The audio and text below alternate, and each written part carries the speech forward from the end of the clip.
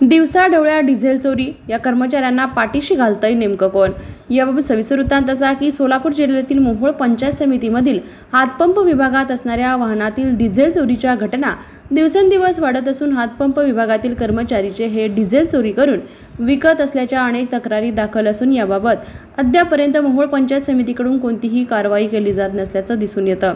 दिनांक 24/4/2025 रोजी पंचायत समिती मोहोळ येथील हातपंप विभागातील कायम कर्मचारी नागनाथ वसेकर यांच्याकडे हातपंप विभागाचा चार्ज असल्याने नागनाथ वसेकर हे हातपंप मदतनीस सुनील वसेकर व वाहन चालक उमेश होनमाने व इतर सर्व कर्मचाऱ्यांना हाताशी धरून उमेश होनमाने यांच्या शेतामध्ये शासकीय वाहन क्रमांक MH13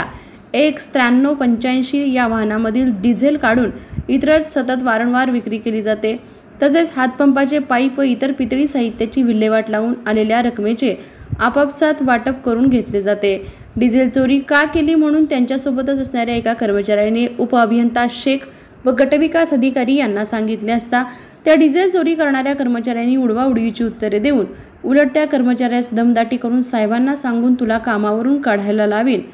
अशी धमकी सुद्धा दिली। अशा उर्मट कर्मचाऱ्यास व चोऱ्या करणाऱ्या कर्मचाऱ्यांवर निलंबनाची त्वरित कारवाई करण्यात यावी असे वारंवार होऊन देखील संबंधित वरिष्ठ अधिकारी मोहोळ ग्रामीण पाणी पुरवठ्याचे उपअभियंता शेख व मोहोळचे गटविकास अधिकारी तसेच उपअभियंता यांत्रिकी उपविभाग यांना जिल्हा परिषद